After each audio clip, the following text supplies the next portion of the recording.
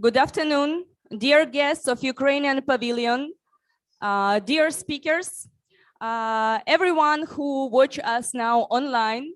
I would like to welcome everyone on the high-level event, high-level initiative, global platform for the assessment of climate and environmental damage from military action. From early morning, 24 February, millions of people talk about the damages which caused the war for Ukraine. Today, it's already second week on the World Conference on Climate Change, and every day, hundreds of people come to Ukrainian Pavilion and not only here talk about impact of Russian war and damage which it caused.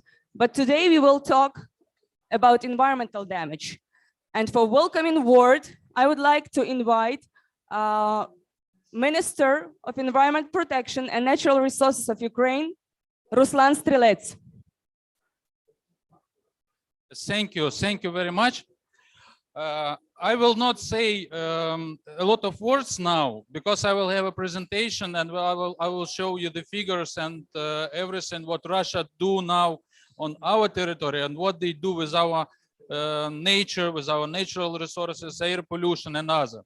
I just want to say thank you for all who came to our pavilion. This is the first year when Ukraine have our own pavilion, and this pavilion is a place of unity of all countries, of all friends for Ukraine. I really appreciate that here now we have a lot of really guests and friends of Ukraine. This is a commissioner and minister. Thank you for all of you. I'm sure that all what we will do together will bring to the world peace, will bring to the world democracy, and will bring to the peace, to the world life and save nature and carbon neutrality. Thank you.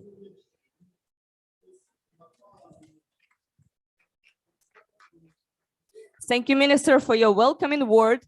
And now I would like to present our next guest from European Commission, Commissioner for Environment, Oceans and Fisheries, Mr. Virginijus Sinkevičius. Please, floor is yours.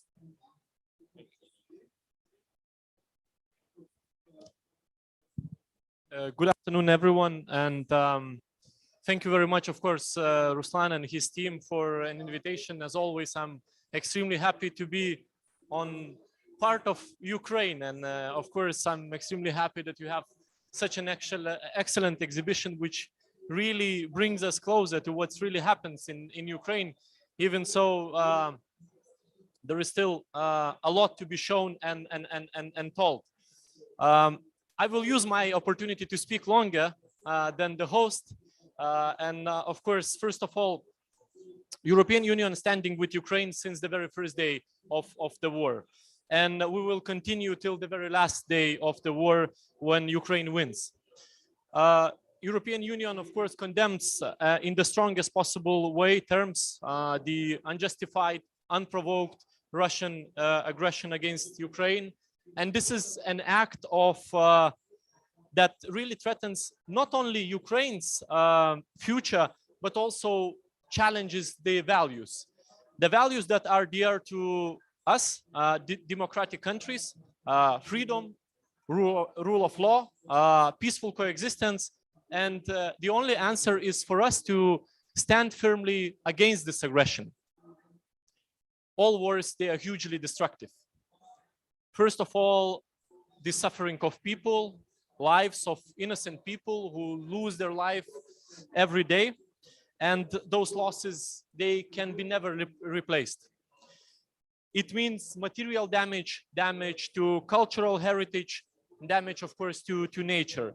And this war has additional dire consequences.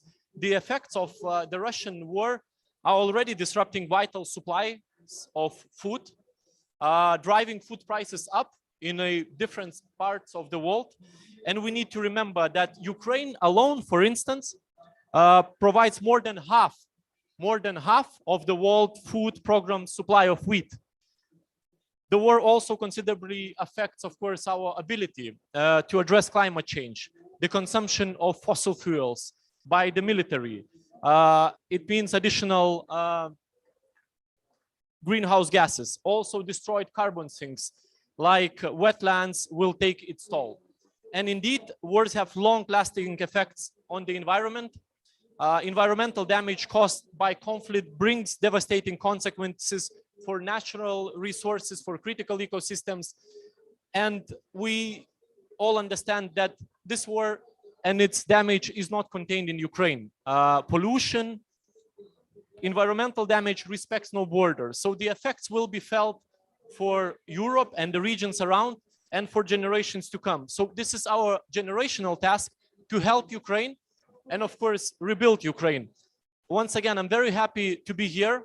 I'm happy that Ukraine not only shows you what is the reality on the ground, but they already have a vision how they're going to rebuild it with a very meaningful words of a President Zelensky, who is, I think, now the symbol of the courage and the symbol of democratic world.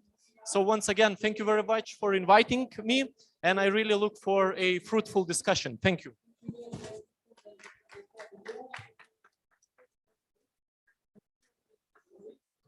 Thank you very much, Mr. Sienkiewicz, for your inspiring words. And I'm very glad to invite the next speaker, and it's Under Secretary General of the United Nations and Executive Director of the United Nations Environment Program, Inger Anderson, please. Thank you very, very much. And I'm going to shout because we have some people who have a bigger microphone next door. But what I want to say, Mr. Minister, Mr. Commissioner, colleagues, friends, is that the environment is always the victim of conflict, always. And conflict leaves a toxic legacy that is carried by generations. We at UNEP have a mandate to look at the consequences of war. And so we have done many studies in other wars where we can see the damage done. From the first Gulf War, we saw 500,000 metric tons of pollutants into the open. In Chechnya, we saw pollution by oil products contaminating soil down to 2 meters. And in the Gulf War, we saw 300,000 cubic meters of untreated sewage right into the rivers. And of course, we see afterwards the solid waste and all the mess that is left behind. We have done assessments in Afghanistan, Colombia, Congo, Kosovo, the Balkans, Iraq, Lebanon, the occupied Palestinian territories, Somalia, Sudan, and South Sudan, and now also in Ukraine. This is our job. And so you can find that report that we issued 3 weeks ago on the impact of war, the environmental impact of the war on the environment in Ukraine. You will find it online. And our report says essentially that it's a very complex, multifaceted impact on Ukraine and on Ukraine's neighbors. And it's critical that we understand what's happening. The report identifies 6 risks, and I'm speaking in front of one of the authors of the report. So you should recognize this kind gentleman because he's an author of the report. First of all, we are deeply concerned around chemical risks in highly urbanized areas. We know that Ukraine has a sophisticated chemical industry accounting for 3% of GDP. We have a big pesticide industry in Ukraine. And when these factories and industries get hit, it goes into the soils and it goes into the waterways. Big concern. And that is clearly a concern. The second thing that we're very concerned about from an environmental point of view is damage to fuel associated infrastructure. We understand that when entire oil and gas processing is hit, what that does to the environment. The third thing that we are very concerned about is the overwhelmed waste management system. Waste will still be produced, but where will it go? It will be in the streets, it will be in the back alleys, it will be wherever people can put it because there's no collection. And we understand from previous assessments that we have done what that does to the waterways, what that does to potential diseases for humans and animals alike, and how difficult it is to clear up hazardous waste. We are also concerned about unexploded ordnance, of course, and the deep concern that that has for generations to come, as we have seen in other wars. And the fourth issue is that we are deeply concerned about destruction of critical infrastructure and urban centers. When 100,000 apartment blocks have been destroyed, and heating and natural gas, etc., what happens to the rubble? In other conflict, we've seen that it is put into the ocean, but that's not good for the ocean. And what is in that mix, we don't know in terms of toxicity, etc. So that is a clear concern. And of course, when we destroy critical infrastructure, we also lose water and sanitation. And the fifth thing that we are very concerned about is, of course, as Commissioner mentioned, the insecurity because of the disruption to agriculture. I'm not going to tell you how we are all dependent on Ukraine's agriculture. I live in Kenya, and we are anxiously waiting for the ships. We monitor every ship that is coming through the corridor of peace that can arrive to us. But we are also, when it comes to agriculture, concerned about the black soils and the impact on black soils on heavy shelling. And that is something that we've seen from the First World War in the fields of France, and we see it still today, how that has impacted some of the agricultural productivity. And the sixth thread that we are concerned about is Ukraine's beautiful natural heritage. Ukraine has 49 national parks. Ukraine has 39 Ramsar sites. Ukraine has 20% of its nature conservation that has been impacted by war. Ukraine has 1 million hectares of protected areas impact.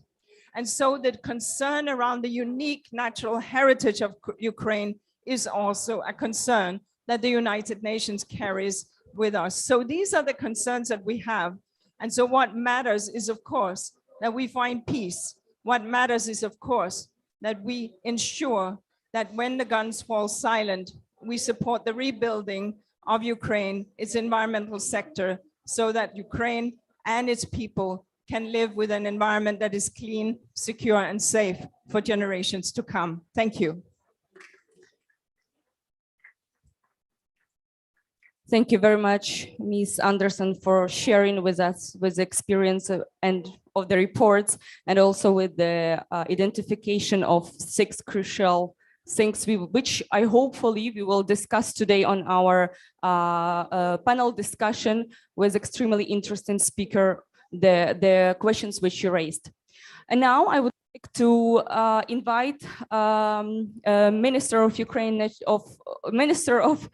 Environment Protection and Natural Resources of Ukraine, Ruslan Strelets, to update all the world about the impact of the Russia military attack on environment in Ukraine for today, and also to announce the high-level initiative, please. Thank you once again. You know that all days of this terrible war, we collect all the figures, we continue collecting all the information about environmental damage, because this is only one right way to get the reparation from the Russia. And first of all, I want to say one word, that environmental has no border. And we don't have to forget this, because this is our environmental of all the world. So in one of the interview of our President Vladimir Zelensky, he was asked whether Ukraine will continue the fight despite the heavy losses. Our president answered, "We have no way out, and this is not our weakness, but our strength. Russia has a solution. They can go back home. We only have this one home. There should we go." I'm often asked that we will do with our environment after the win. Could we continue the struggle despite the large-scale destruction of the environment? The words of our president also make perfect sense for the answer in this question. We have no way out, and this is not our weakness, but our strength. We only have this one home. They are relevant for all of us at this year's climate summit. We have no way out. We only have this one home, like this pavilion. We only have this planet. We have nowhere to go. We in Ukraine couldn't imagine that on February 24, Russia would start this aggression. We couldn't impress that they will start to bomb in our country, to send the missiles to our territory. At the same time, on the entire world order. In 2022, we registered more than 2,200 environmental crimes. Nature is priceless, but we have learned to calculate environmental damage on the scale the world has never seen before. Today, the amount of damages is at least 37 billion euros. You can see the figures on the screen. In particular, the damage of fertile Ukraine soils amount to more than 80 billion euros. And this is not our local problem, but the threat of Ukraine's fulfillment of its obligation to maintain food stability throughout the world. And while the whole world today is discussing a reduction of greenhouse gas emission, we in Ukraine are forced to once again discuss the fight against pollution. Emission on the territory of Ukraine in 2022 exceed the amount of emission in 2021 by 23 times. At the same time, our industry can only work at 25–30% of its potential. The direct damage of the climate as a result of Russian aggression is at least 33 million tons of CO2 emitted into the atmosphere. Potential emission during infrastructure restoration may reach more than 49 million tons. In particular, as a result of the forest burning, 16 million tons of the greenhouse gas emission were released. 4 million tons of CO2 as a result of fires on agricultural land. That means not only a reduction in harvests and the food security threat, but also a contribution to global warming. The burning of forest, oil depots, residential buildings, chemical plants, and other, all these offsets of green initiative of civilized country. The war unleashed by Russia caused a new wave of nuclear tension. The 35 days occupation of the Chernobyl nuclear power plant has not only put the world at risk. The Russian left Chernobyl, and our losses there amount to about 85 million hryvnias. Today, the largest nuclear power plant in Europe, which is located in the Ukraine, near the city of Zaporizhia, is under occupation. Imagine, the Chernobyl disaster was the explosion of one reactor. But in Zaporizhia nuclear power plant, we have 6 reactors. And if it will be a catastrophe, we don't count all damages for all world and how many countries will be not in safe. Ukraine has become the most mined country in the world. According to the latest data, among the third of the territory Ukraine is mined now. The mining could take at least 7 years. To date, more than 270,000 mines and more than 2,000 bombs have been diffused. Almost 450,000 hectares of forest are occupied or are in the war zone now. Most of the fighting takes place in the forest. 63 Ukrainian forestry and 15 forest enterprises are occupied. Our armed forces have already liberated almost 3 million hectares of forest and 27 enterprises of the forest industry. The Russians have turned our natural resources into military bases. We will have to restore them for years and decades. Today, 20% of our protected areas are under the threat of destruction, including 3 million hectares of the precious emerald network, 16 sites of the Ramsar's network at risk, 10 national parks are under occupation, 8 national reserves, 2 biosphere reservates. Even if Russia pays for that, it has done, who could return the destroyed species of flora and fauna to the planet? War affects the most vulnerable inhabitant on the planet that don't know what weapons are. 600 species of fauna and 750 species of flora in Ukraine are under the threat. This includes species protected by the Red Book of Ukraine. We already have at least 15 cases of animal species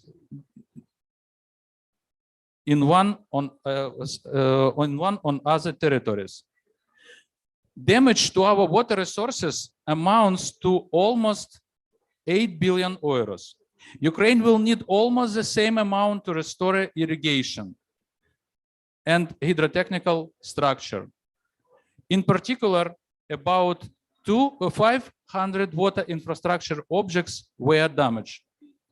Damage due to the occupation of mineral deposits are preliminarily estimated at almost 13 billion euros. We don't know what has happened now at more than 2,000 deposits. But it is not difficult to guess that the Russians don't follow any environmental standards there. The war affected the most developed regions of Ukraine. These regions could release their potential of renewable energy instead of burning under Russian ammunition. Moreover, terrorist attacks almost a third of our energy infrastructure. In spite of everything, we continue to live on. Ukraine is a country where to live means to be a fighter. Ukraine demonstrates its commitment to Euro-Atlantic integration, the EU Green Deal, and the decarbonization of the European continent. Today, the whole world must demand retribution from Russia. Everyone should understand that war is expensive. Burning the forest of a neighboring countries is expensive. Mining territories and making them bad is expensive. Firing missiles is expensive. We have to make sure our children and grandchildren understand how much it costs. The terrorist state takes a leave not only for people who die from the Russian missile and Iranian drones. It aims to turn the entire planet Earth into bomb shelter. It transforms the environment for a people's life into the place of survival. I call on all civilized countries of the world to support our initiatives to establish the global platform for the introduction of universal methods for assessing the damage to the environmental caused by the war. We need to start this communication. We need to start to discuss the methods, how to calculate and how much environmental damage have to be caused. And I'm sure that all the world need to have universal methodic who will be implemented by all countries, because if we say about reparation from Russia, we need to make getting this reparation as quickly as possible, and for this issue we need these methodics. I want that European Commission and our partners will support us in this initiative. I just want to say that now we have in Ukraine 7 methodics of calculating of damages from the war. We have 7 methodics, and we even can think that we will need these methodics. A special application, EcoZagroza, was developed. Every resident of Ukraine can report the ecological crimes of the occupiers using this app. During this more than 200 days, we faced challenge that we couldn't have imagined in the 21st century. I invite you to join our next initiative. It's a Green Grain Roads, which aim to address the global threat of food security and create the partnership at every stages of the grain supply chain. Being afraid of Russia means remaining in the backyard of history. I call on the entire civilized world to stand up for our common future. This is no place for silent witness in the civilized world. Thank you very much.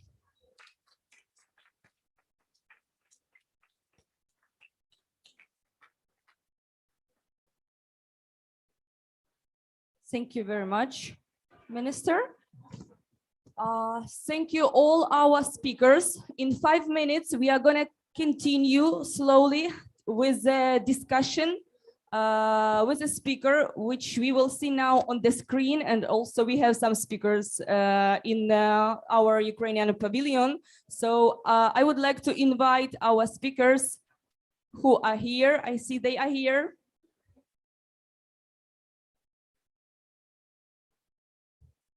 And we are waiting for the technical connection on the screen with our online speakers, and we will continue to talk what is the best option for Ukraine to calculate the damage and losses.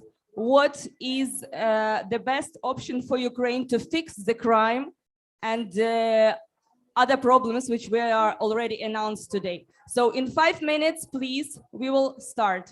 Thank you.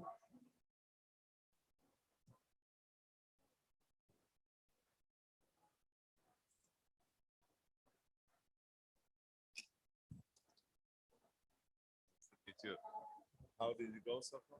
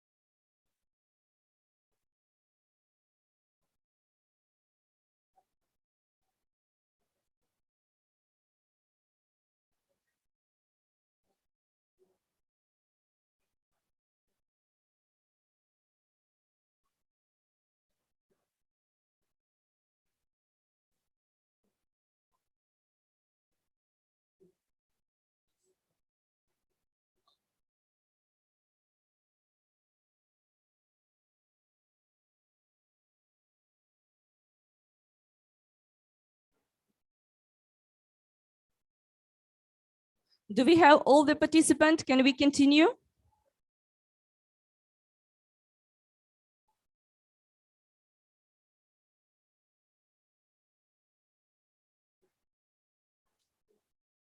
Okay, I think we can start. All our 7 participants I see are online. Thank you very much for joining to this event today to us. From the first weeks of the war, Ministry of Environment were collecting information about the crimes, environmental crimes, and many parallel streams were going on how to calculate, on how to fix the crimes, how to collect the database on it, which approach to choose to for the reparation of the money which cost by Russian military attacks. And today we have speakers in our panel discussion, which will try to give the answer on all this question and also sharing their experience of the cases from other countries which had place already till now. Maybe this will help Ukraine to choose the best efficient way how to move in this direction, and also erase the question of importance of calculation of environmental damage. So let me first introduce our first speaker from the World Bank, who did incredible work on assessment of losses and damages, and also for the cost for recovery of Ukraine by different sectors. Alana Simpson. Please, Alana Simpson, you're welcome to talk. Hi, good afternoon, everybody. Thank you very much for having me Sorry, on we this panel. unfortunately don't hear you. Just a second, maybe. Yes, your microphone is on. Great. Maybe we can do a little bit louder. Hi, can you hear me now? Just a second, we don't hear you. It's also because in different pavilions here around, we have very loud events going on. Okay, I'm trying again. Can you hear me at all? Yes, my colleague, I see you type. We cannot hear you.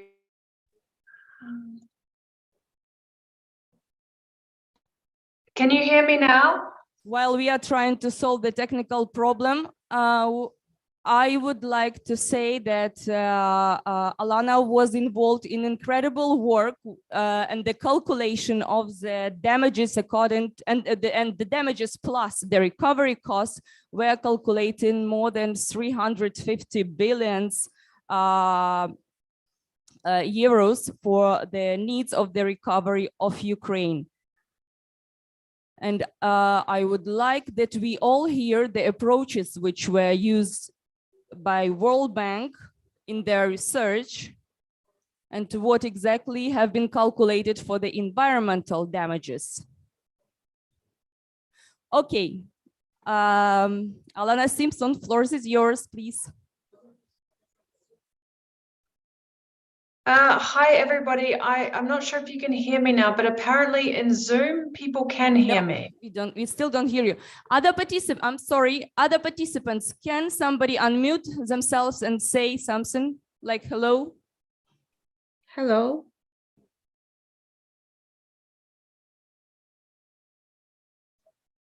Oля Polunina, you're unmuted. Hello. Do you hear me? You hear me?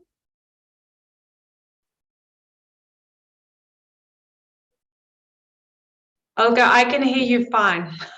Thank you. No, sorry, for now doesn't work. Just a second.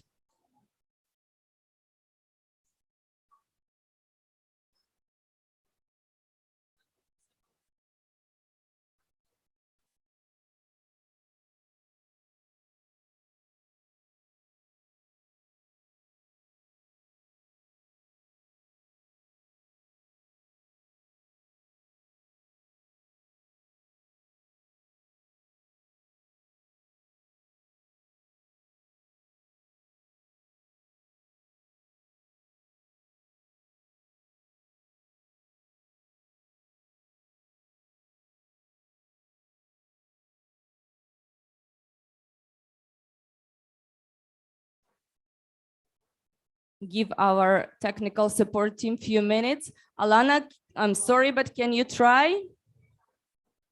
Trying again. Does that work? Finally hear you. Thank you. Okay, so here you go. Your floor.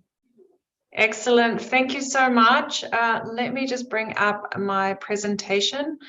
I hope this can be seen on the screen. Let me just make it full size.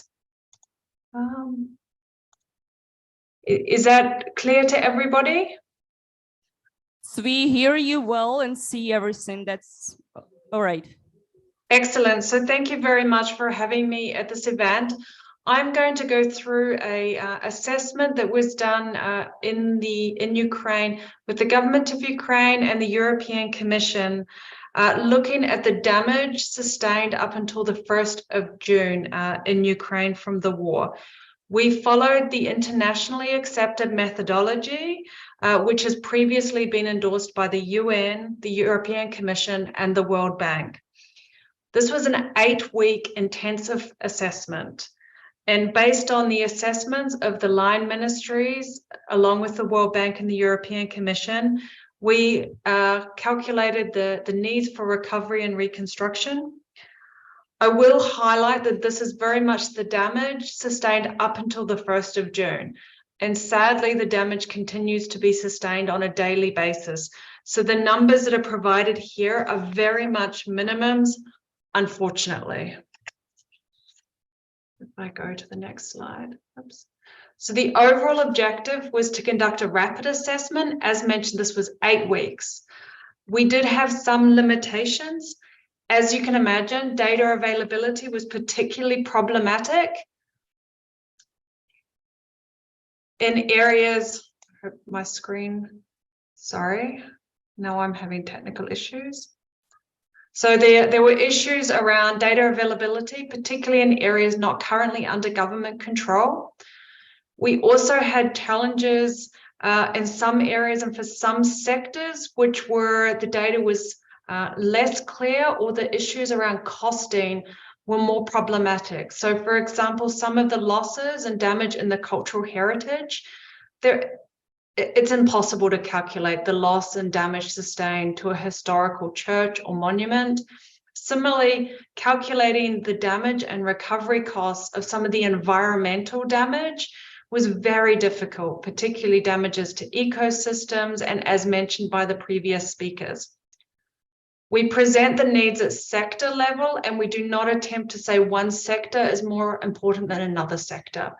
Ultimately, the government takes the next steps in prioritizing where to invest in recovery and reconstruction. And of course, we recognize that the damages and needs will change through time. It may not be possible to meet all of the needs as quickly as we want due to the trajectory of the war. And as I keep emphasizing, damages sustained up to June 1st are not included, and particularly in the energy sector with the events in recent weeks, this is a huge limitation. Beyond direct damage to assets, there's been an immense human, social, and economic toll, particularly to the gross domestic product. But also tax revenue collection has deteriorated sharply. At the same time, public expenditures increasing.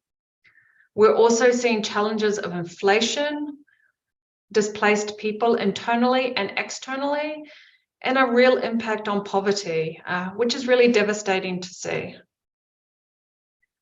If we look at the results, we see that up until, again, 1st of June, and I keep emphasizing this, the direct damage has reached almost 100 billion. When we look at the losses, so in some sectors, the damage to social infrastructure may be lower, but the losses can be very high, including the cost for the government to support internally displaced people, people with additional health needs. And so we also do look at the lost revenue and other issues. But if we just focus on direct damage and what it costs to then move to reconstruction and recovery, we see that almost 350 billion is needed. And here we also do consider, how do we safely reconstruct buildings? How do we safely manage the debris? But also, we don't want to rebuild a 1960s school to 1960 standards. That school needs to be green. It can take advantage of using renewable energy sources, be energy efficient. Also consider more resilient opportunities for rainwater recycling. But sadly, in the current context, these schools also need to include bomb shelters. So the cost for recovery and reconstruction is high. And as I mentioned, it does continue to grow. And if we look at that across the different sectors, we see that the damage, direct damage to housing, is almost 40% of the total damage.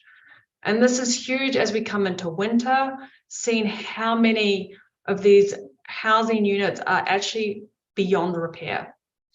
But also the almost 5 billion in direct damages to health and education. Transport damage is also immense, as well as agriculture, commerce and industry. And as mentioned, the damage to forestry from fires, we also captured here.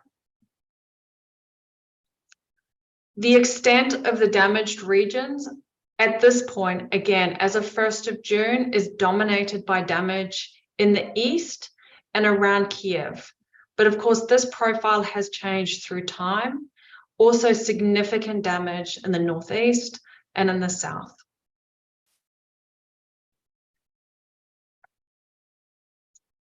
If we look at where the recovery and reconstruction needs are, you will see here what we call land decontamination. And actually, this is just the needs related to removing unexploded ordnances and landmines. If we include and are able to calculate the cost of decontaminating the land from chemical spills, issues around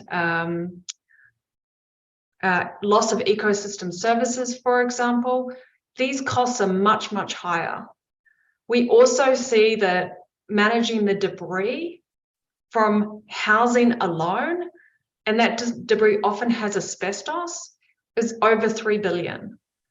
We also did make sure we calculated the additional premium associated with building back greener, more resilient, and also considering inclusion.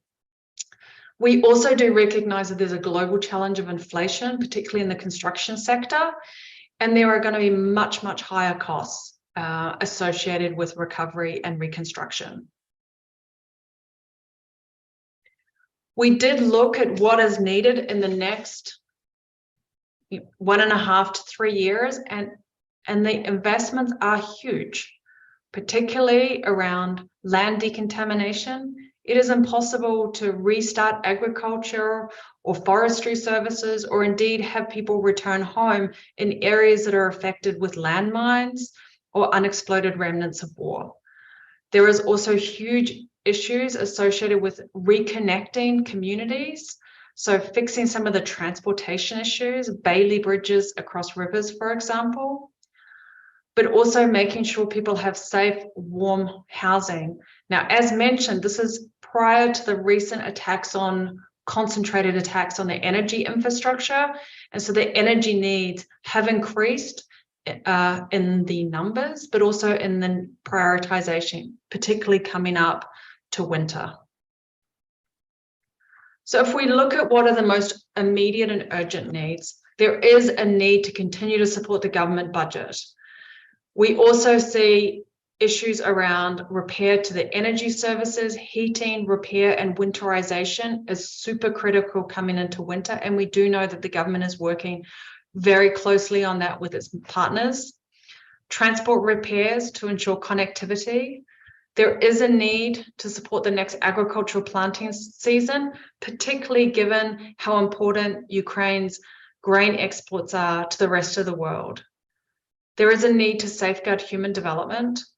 And as I mentioned, immediate actions were required for the decontamination of land.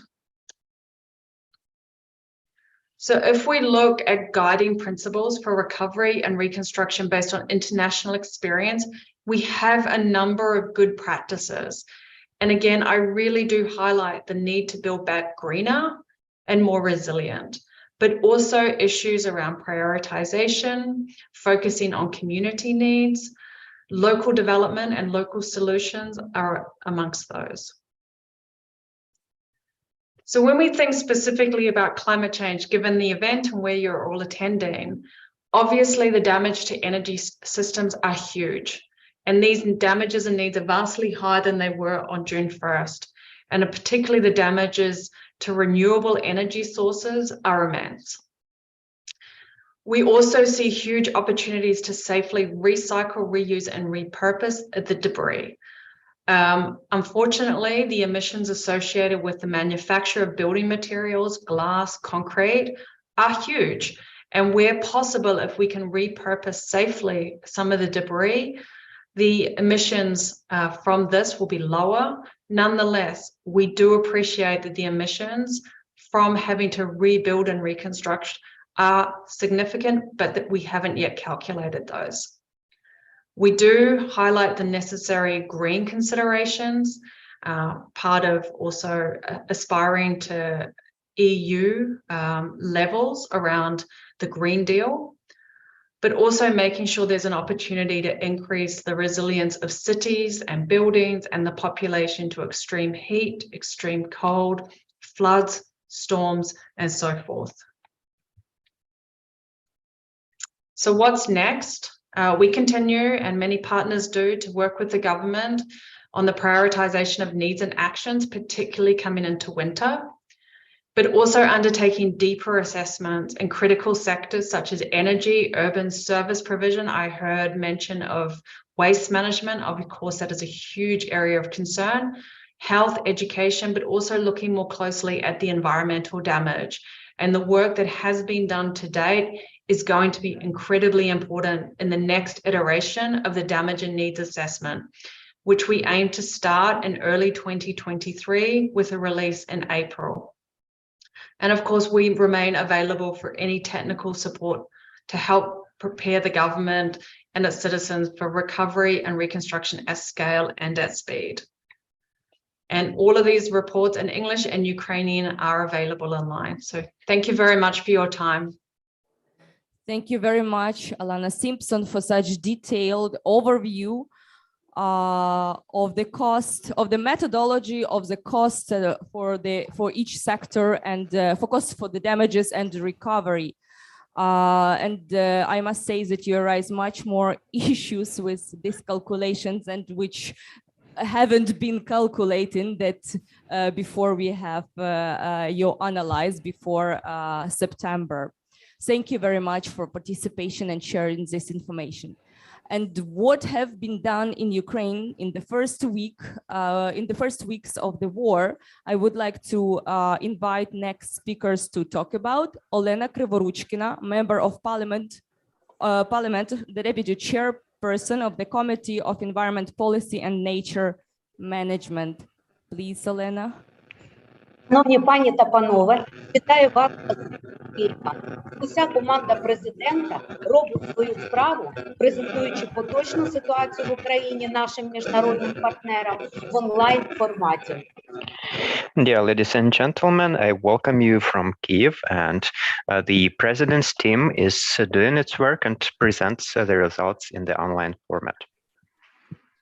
Ми почали здійснювати фіксацію та розрахунок екологічної шкоди внаслідок російської агресії з перших днів війни. І наша команда має вже результати, які представлені на першому слайді. І всі ці кроки, всі ці проекти – це саме основа для стягнення екологічних збитків. We started recording and assessing the ecological damages since day one. And here you can see the list of steps that will be the basis for compensation for these ecological losses. 1 березня 2022 року нами був створений оперативний штаб, основним призначенням якого була фіксація збитків, розрахунок збитків та формування єдиного реєстру екологічних збитків.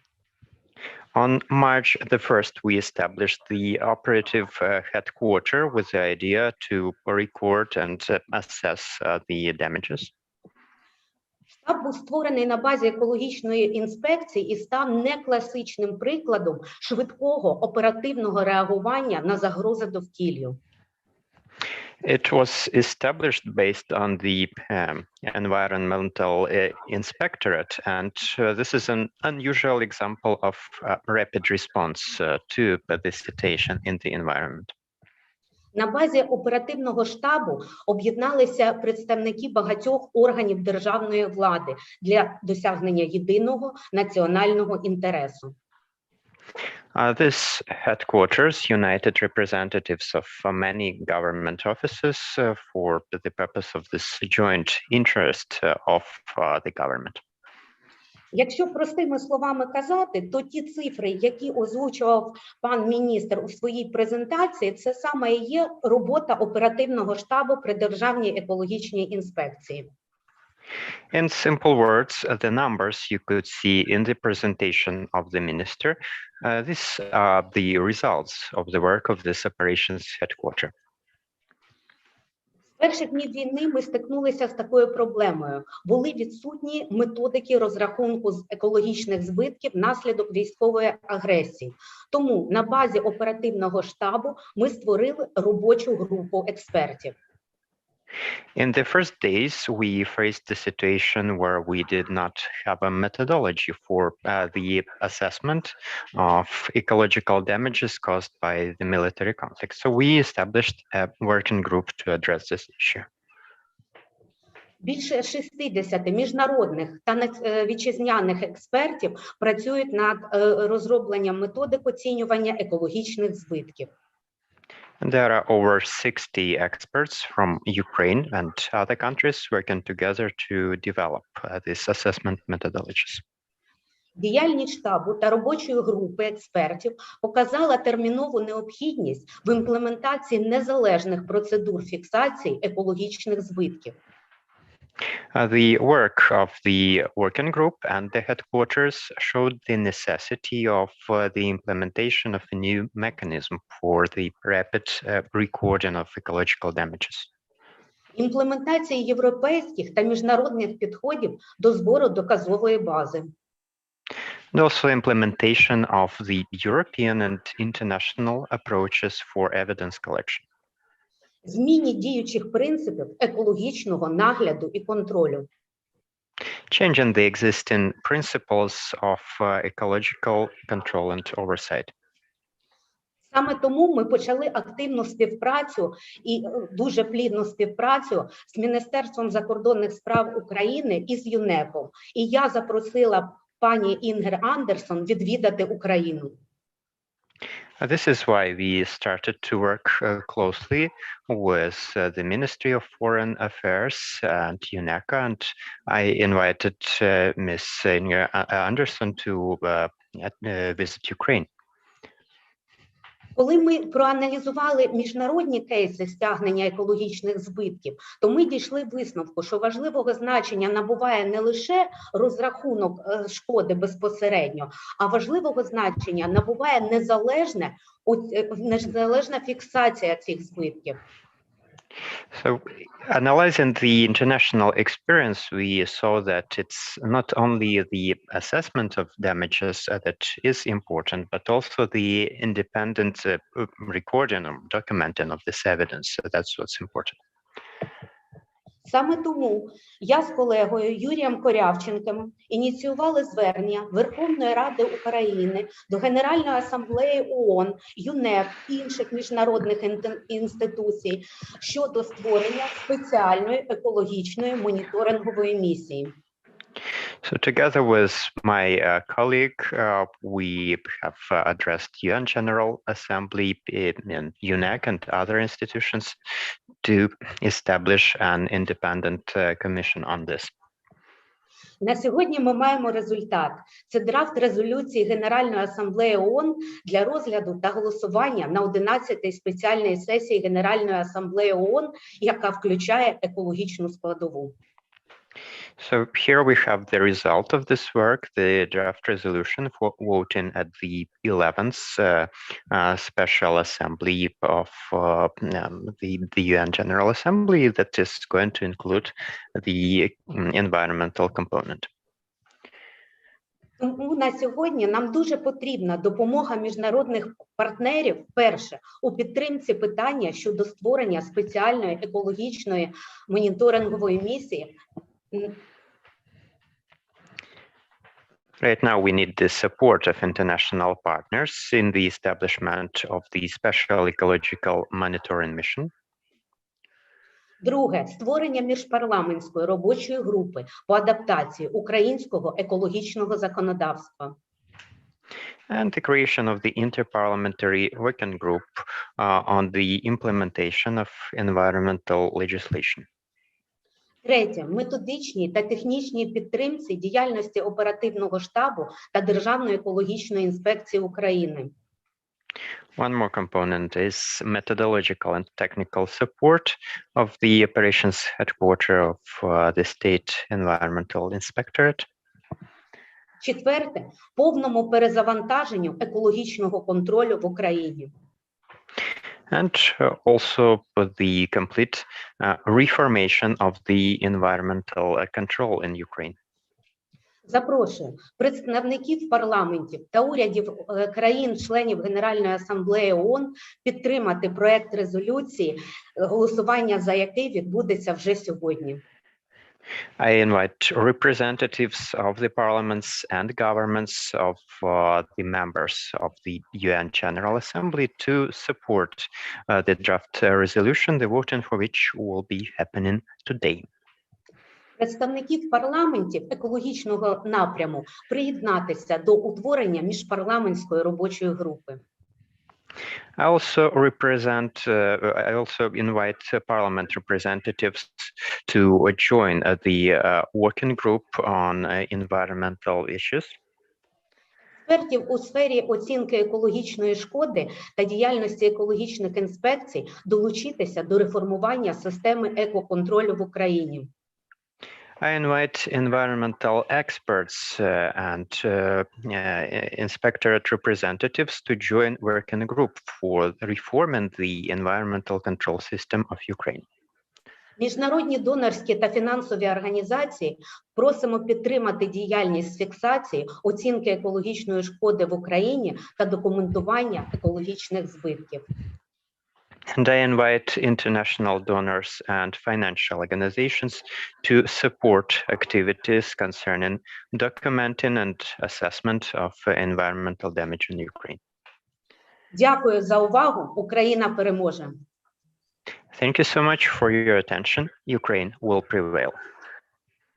Thank you very much, Ms. Krivoruchkina, for this information. What have you done in Ukraine till now, and how many initiatives you are managing, and also for sharing about the information how the 7 methodologies were developing, which we all hope that will become a base in the framework of this global initiative, which was announced today by Ukraine.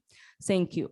And now I would like to invite next speaker, Natalia Andrusevich, who represent Resource and Analytical Center, Society and Environment, to share their information on world cases about the assessment of damage and losses on environment and the ways of compensation, which had place in all over the world. Please, Natalia Andrusevich, floor is yours.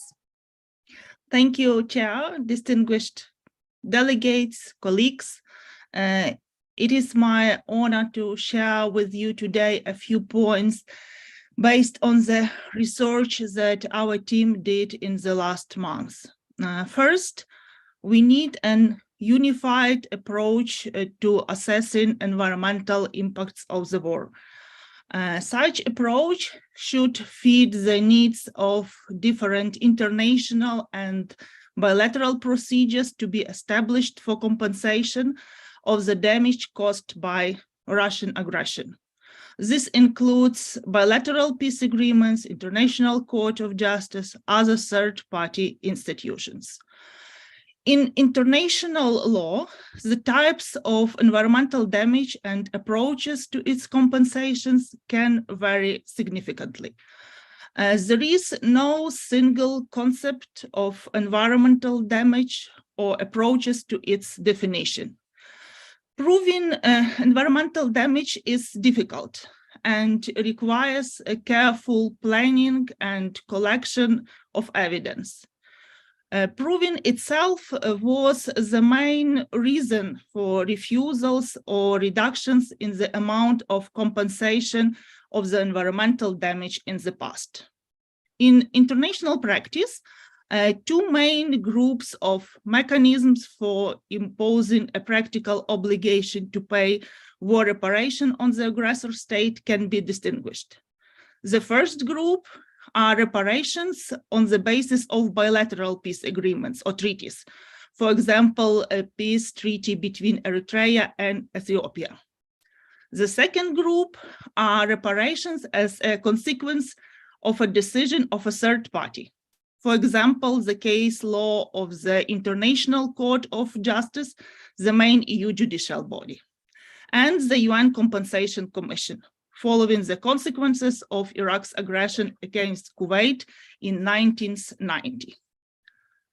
For these reasons, it is necessary to develop a clear concept of the environmental damage that may occur and be compensated. So I welcome the initiative of the government of Ukraine to establish an international platform for assessing the environmental and climate damage. In this context, I think that documenting damages by Ukrainian government during the war is of extreme importance. My second point is about reparations. Environmental reparations, no matter which form they take, restitution, compensation, satisfaction, must be used for purpose of environmental restoration, cleaning the environment, assessing related health issues. It would be unfair if environmental damage is used as a source of income instead of source of funding for restoration action. It should also be considered that aggressor state must bear primary responsibility for the environmental damage as a result of an armed conflict.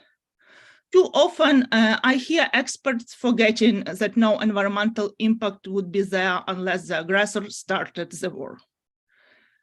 My third point is about global impacts of the war. Environmental and climate impact of this war goes far beyond the battlefield. Other countries should prepare to file claims for the environmental and climate damage that they sustained due to migration, energy crisis, food crisis. That's another reason to support Ukraine's initiative. My last but not final point is about post-war recovery, post-war reconstruction of Ukraine. The recovery process should avoid further environmental damage. This requires a green vision and careful planning. International partners should support green post-war recovery of Ukraine, and Ukraine should emerge from ashes of this war as a modern country, building a climate-neutral society. Building climate-neutral economy in Europe and worldwide is a key to peace, sustainability, and international security.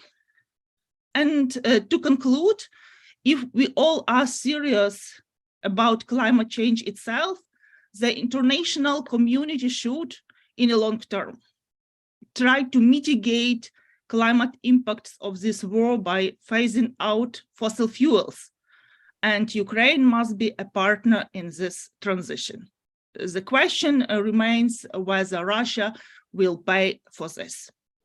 Thank you. Thank you, Natalia. You raise quite impressive number of questions which in the Ukrainian society we have so many conversation on all the levels, and now we are all very happy that we can start to talk on these conversations on the international level using the global platform. And as we know, many countries already support this initiative, and I would be very happy, and everyone I think would agree with me, if all that questions that you raised today and the question that were raised previous speakers would be the key point to talk with other representatives of the world who will support this initiative. Thank you, Natalia. And thank you for, we are talking today about also the recovery. You make a nice note, thanks. And next, our speakers, I would like to invite the representatives of Dixie Group, which did very, very interesting report on the 100 days of the influence of war. Miss Olga Polunina. Olga, please. Thank you very much. Thank you very much for inviting me here. It's my honor to represent Dixie Group think tank. We are focused most on energy issues, but as the war started, almost the first we begin with is to fix environmental damages. Hope you are seeing me well. Let me try to open my presentation. We hear you well and see now your presentation. We just okay, great. So I will continue. I heard speakers today and defined that we have common features in our work. Everybody start with the same goal and faced almost the same challenges as we also. Besides, I'm speaking with you from Kyiv, from Ministry of Environment place, because we have no electricity at home. So thank you, colleagues from Ministry of Environment, for letting me speak here. And now I will show you brief results of our research, because we have a common features with previous speakers. It will not last much, will not take much time. So, as you know, full-scale Russian invasion in Ukraine started in February 24th, and it already had caused huge damage to Ukrainian environment. We started collection information on cases of environmental crimes, but very soon we understand that we are not we have not to focus on cases, because every case is very hard to define without clear methodology. If one case has different impacts, or one impact reached by different cases, how we can calculate them. So we're focused on impacts we have found in public sources and sources of Ministry of Environment, and trying to make some brief research to 100 days of war. We recorded that the most damages were fixed in Donetsk, Lugansk, Zaporizhia, Kherson, Kyiv, Chernihiv, and Sumy regions. These regions were, and some of them are still under occupation. We accounted over 100 cases, but it's not. It's just figure for 100 days, and it's not important as important as impacts. To compare, as November, I fixed today. Ministry of Environment accounted over 2,000 such kind of cases. So I will follow from one natural resource to other, and will speak on typical impacts which are caused by war actions in Ukraine. Air suffers from war mostly because of emissions. Emissions from hazardous and toxic substances as a result of shell burst, as a result of fires of petroleum warehouses, emissions as a result of fires of chemical enterprises and facilities, damage of equipment and treatment systems at industry facilities, ignition of waste disposals and forest houses, markets and warehouse fires. The next resource is soil, and it also has a lot of impacts of war in Ukraine. For example, it is also burst of shells and bombs. It's craters, as you see on the picture. It's a leakage of waste and destruction of dams of filtration fields. It's a cadaveric poison due to mass deaths of animals and humans. It's a degradation of vegetation cover. It's wind and water erosion. The next resource is natural resource is waters and groundwaters, which are also suffering from pollutants coming from different violation of integrity of chemical warehouses, burst of missiles and bombs, leakage of petroleum products, including from military equipment, including from warships and including from warships, explosions of shells, missiles, mines in the rivers and sea basins.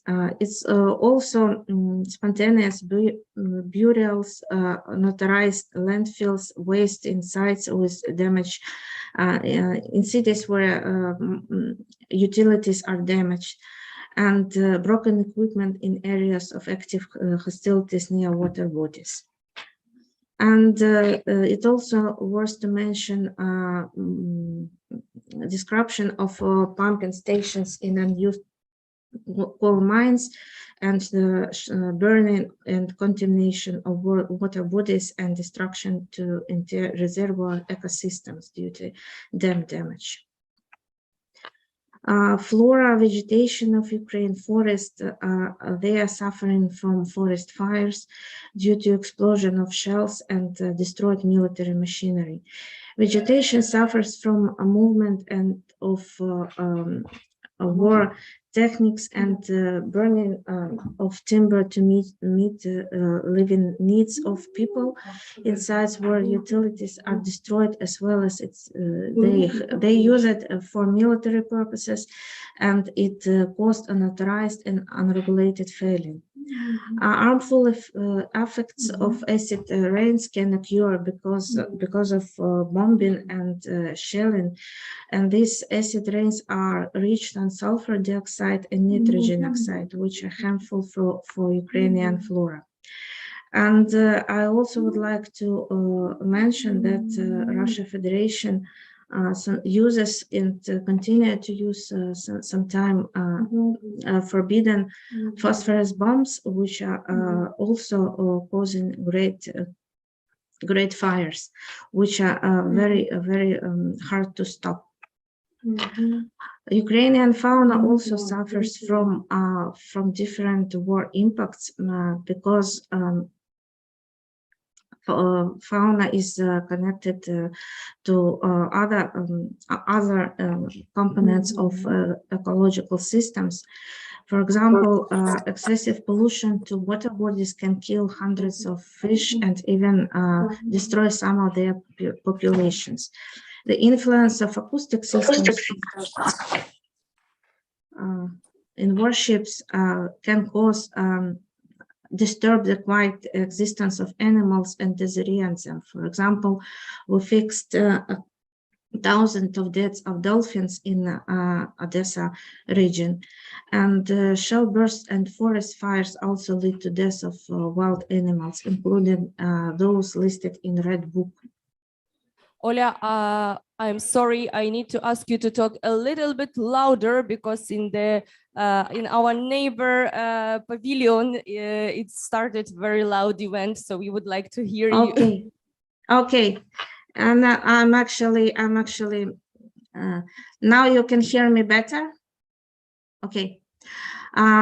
And I would like to say a few words also on complex impacts of war, because as I mentioned before, sometimes it's very difficult to define concrete impact because, for example, forest fire, they impact on flora, fauna, air, groundwater, and other natural resources.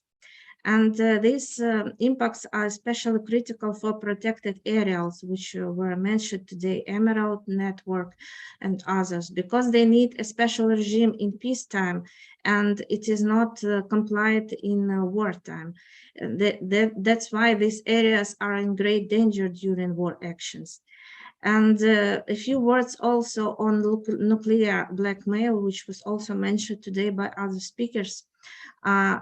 Russia Federation has already made some war actions in Chernobyl exclusive zone, and it led to huge environmental damages, and it continues to provoke a dangerous situation on the Zaporizhzhia power plant because it's still occupied, and continues to make provocation to use or some other kinds of using of nuclear weapon. And now to finish, I will give brief information on challenges which were very similar to other speakers actually. On the first days, we have a lack of methodology because there were no methodology approved by government or ministry, and we were not able to, we didn't know how to calculate. That's why we started from collecting cases and then analyzed their impacts. And not all information was available. It was a lack of public sources to find necessary information in the first, especially in the first days of war. And not all information could be verified. We cannot go to ministry and just check what has happened and what damage has happened. And the separate challenge is transboundary impact, because yes, like experts, we understand that every impact of war actions in Ukraine first ever is has transboundary impact, but it is hard to define without cooperation with international institutions or in NGOs in neighboring countries, just to know that they also fix such kind of impacts on their territories. And last but not least, it's a lack of resources, because when the war began, we had kind of possibility to direct our efforts on monitoring and collecting information, because our ordinary projects were stopped or paused. But later, when after some stabilization, in Kyiv, we have to continue with our ordinary project obligation. So we had to stop on this mark of 100 days. But we believe that this work should be continued, and we believe that Russia Federation should pay for the environmental damage, and we are happy to be a small piece of this work here in Ukraine. Thank you very much. Thank you very much, Ms. Polunina, for your detailed analysis of the damage on 100 days and for identification of the types, basically, of the first type of the damage which we saw in your report, that was extremely hard without information, but also was extremely open for the public accessibility to see the horror of the war and that impact on environment. Thank you very much. And now I would like to invite Dirk Bushle, the Deputy Director, Legal Counsel, Energy Community Secretariat representative, for the summarizing of some legal aspects of the approaches to the calculation of damages and the world-known cases on this issue. Please. Thank you, and thanks a lot for very interesting insights into this important matter of environmental damages. I think we all learned a lot, and we also realized that it takes a combined effort of all the international community to support Ukraine in actually following what in these COP circles is normally called the polluter pays principle, namely to hold those accountable who are responsible for the massive environmental damages that have been done and that are still being done. This is something that I think I don't have to go into details anymore. We saw that there is very concrete direct damage being done by the war, also to the environment of Ukraine, but also indirect damage. Indirect damage by all kinds of fuel switching, not only in Ukraine actually, but also in the European Union, which had to switch from gas to coal. We see a lot of stress also put on other countries all around the globe for the breaking of global supply chains in agricultural products. So all this is indeed a massive damage being done directly and indirectly. And this morning only we discussed one sector of the economy, the renewables sector, and evidently this is a list and a damage mapping that will go far beyond only one sector, not even only the energy or agricultural sector. This joint effort of the international community to map the damage is very much commended, and I think we need to structure this in the future, not least also because there is indeed quite a number of precedents in the international legal order. We heard some about it, which elaborates and needs to be further developed, I believe, after the war, on the issue of holding countries accountable for damage done to the environment. There is, if I may just run through that very quickly, the precedents in the way how wars were ended. There's, for instance, the Algiers Agreement after the Ethiopian-Eritrea War of '98.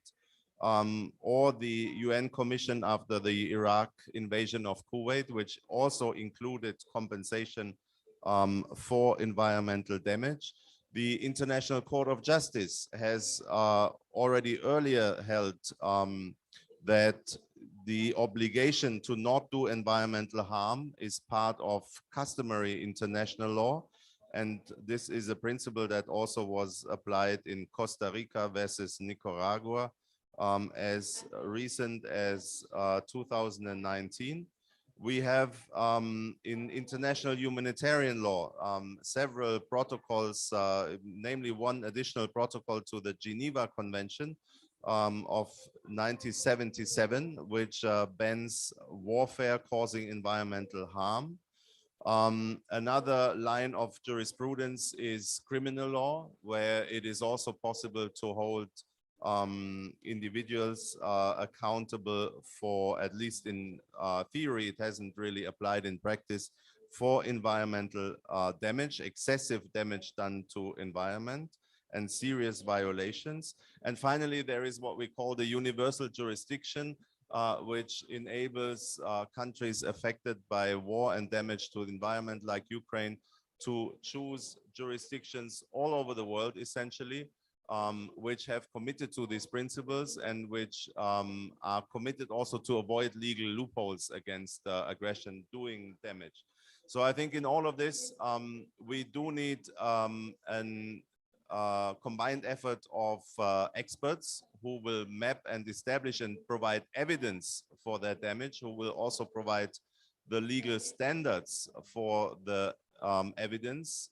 There is, for instance, some discussion on the burden of proof, which will be very interesting in that respect. And we need to align also the legal community for the cause. And as this is evidently a course that will help also Ukraine reclaiming at least part of the compensation it is being owed on account of the damage being done. But it is also, especially now in these days of discussion on climate change and damages and losses and responsibility, an occasion to potentially develop also the case law in the field further. And in the energy community, we do have what we call a dispute resolution center, which is acting as a focal point to gather the legal expertise. There's a lot of solidarity also from the legal community to support Ukraine. There are great brains out there, but I think it is important that we all find the channels to not do anything randomly or individually, but do this as a community as well. And I would like to finish on that note. Thank you very much, Mr. Bouchle, for your short description of all that cases which unfortunately happened in the world, and after that were assessed and calculated damages, and some of them were successful with the principle that country who started the war pay the damages. We still need to find the best solution for Ukraine because all these cases you mentioned, they have different jurisdictions, as you say, and this platform hopefully will become the place where all the leaders and legal experts, and not only legal experts, but also experts in the area of cost assessment will come together to find the best way for Ukraine. And this calculations approach to compensation will become the successful case for other country, and will bring all the countries to the same standards, as you said. Thank you very much. And the last speaker for today's panel, I would like to invite Anna Zhovtenko, the UNDP Ukraine representative, project manager, energy and environment portfolio. Please, Anna, floor is yours. Thank you. I'm very glad to briefly present today the initiatives from the UNDP Ukraine Country Office related to this panel. From the creation of the operative headquarters at the State Environmental Inspectorate of Ukraine, UNDP was involved in supporting its functioning. We helped with organizing of the expert working group, provided technical and methodological support, timely and complete collection of the data which is relevant to the environmental damage caused by the military actions is crucial for the maintaining of the informed decision-making approach to the further recovery of Ukrainian environment. UNDP has relevant and experience and capacity to provide such assistance to the government of Ukraine. We are already implementing a project with the Ministry of Regional Development and Kyiv School of Economics, which is at mapping of the quantity and severity of buildings damage, and supporting the partners in development efforts of comprehensive system to government authorities monitor and update the damage assessment. The UNDP has also developed a new project on creation of a coordination center of environmental damage for continue supporting Ukraine in environmental damage assessment. This is the complex project. It is expected to support the operative headquarters in developing the institutional and regulatory framework, as well as technical infrastructure to collect, process, and communicate evidence on the environmental damage, addressing gender-specific vulnerability and resilience. Among the project outputs are also elaborating impact assessment methodology and expected capacity building activities for different stakeholders.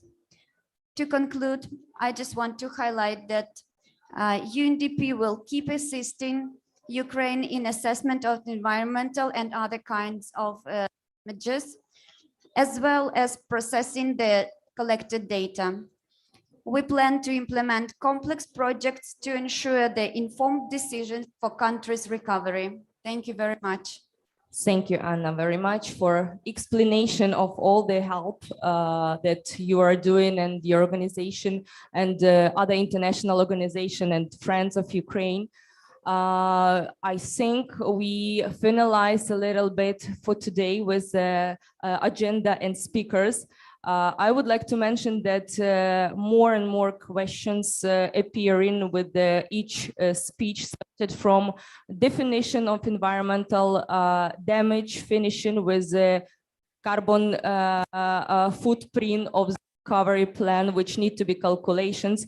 And we hope that today announced global initiative, high-level initiative of Ukraine will bring us to the common understanding of all these definitions, approaches, and calculations. Thank you all the participants and all the guests for active listening and talking of the event.